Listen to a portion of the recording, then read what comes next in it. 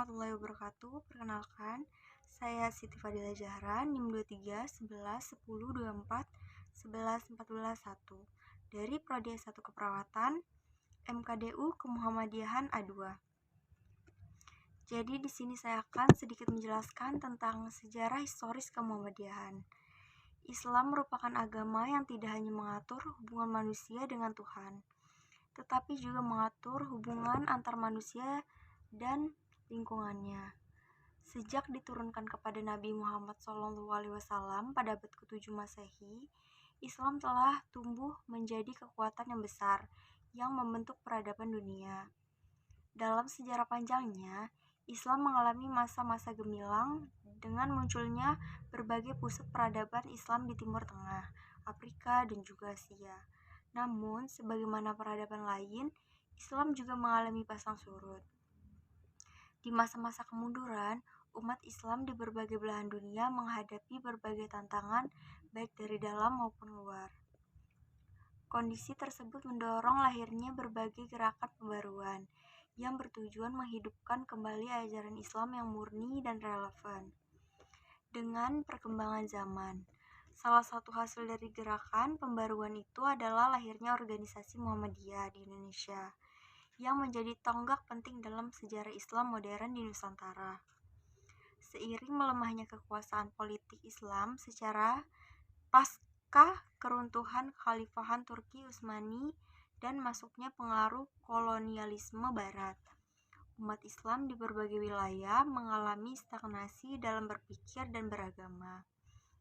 Banyak praktik keagamaan yang menjauh dari prinsip dasar Islam, bahkan bercampur dengan kebudayaan lokal yang tidak sesuai ajaran Al-Quran dan Sunnah. Melalui jaringan pendidikan dan media, gagasan pembaruan ini sampai ke Nusantara, terutama melalui pelajar Indonesia yang menuntut ilmu di Timur Tengah, termasuk Kiai Haji Ahmad Dahlan. Islam mulai masuk ke wilayah Nusantara sekitar abad ke-7 hingga ke-14 Masehi.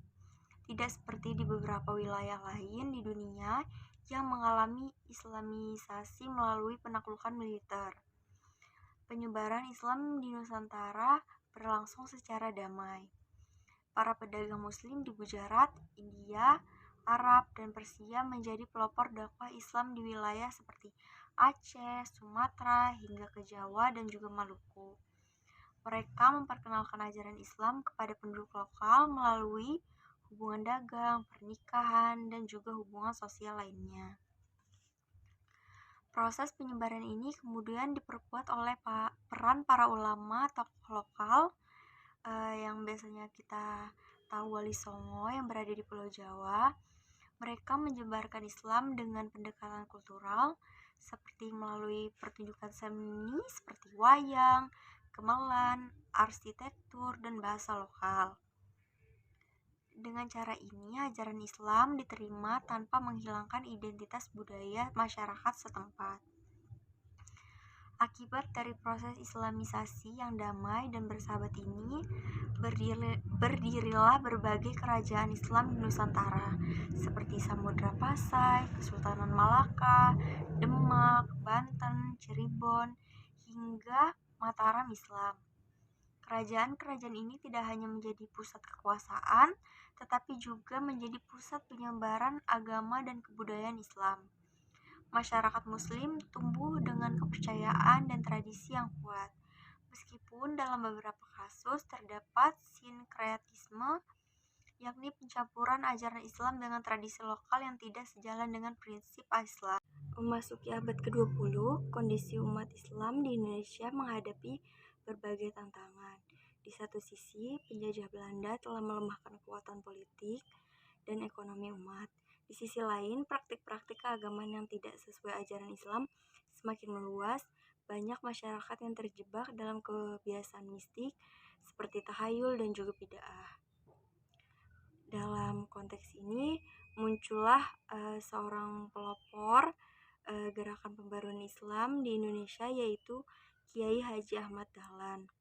Lahir di Yogyakarta pada tahun 1868, Kiai Haji Ahmad Dahlan menimba ilmu sejak kecil dan kemudian melanjutkan pendidikannya ke Mekah.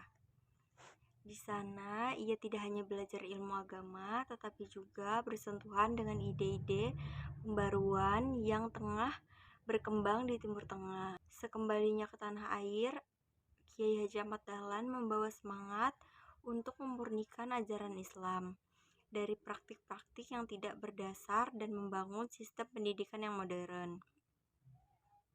Pada tanggal 18 November 1912, Kiai Haji Ahmad Dahlan secara resmi mendirikan organisasi Muhammadiyah di Kauman, Yogyakarta. Tujuan utamanya pendirian Muhammadiyah adalah untuk mengembalikan ajaran Islam kepada sumbernya, yaitu Al-Quran dan Hadis, serta untuk membina umat agar memiliki wawasan keislaman yang murni, rasional, dan terbuka terhadap kemajuan zaman. Muhammadiyah juga menaruh perhatian besar pada pendidikan. Kiai Haji Ahmad Dahlan mendirikan sekolah-sekolah Islam dengan kurikulum modern yang memadukan pelajaran agama dan ilmu pengetahuan. Langkah ini dianggap sangat progresif pada masanya. Ia juga mendorong pemberdayaan masyarakat melalui pelayanan sosial dan kesehatan, serta mendirikan rumah sakit dan panti asuhan. Meski sempat mendapat penolakan, terutama dari kalangan yang masih kuat memegang tradisi lama, dakwah Kiai Haji Ahmad Dahlan terus berkembang. Kesederhanaan, kesabaran, dan ketaguhan beliau dalam berdakwah membuat ajaran Muhammadiyah diterima luas oleh masyarakat. Kini Muhammadiyah telah menjadi salah satu organisasi Islam yang terbesar di Indonesia, bahkan dunia. Ribuan sekolah, universitas, rumah sakit, dan lembaga sosial yang dikelola Muhammadiyah menjadi bukti kontribusinya dalam membangun bangsa dan menegakkan nilai-nilai Islam yang mencerahkan. Sekian penjelasan dari saya, kurang lebihnya mohon maaf. Wassalamualaikum warahmatullahi wabarakatuh.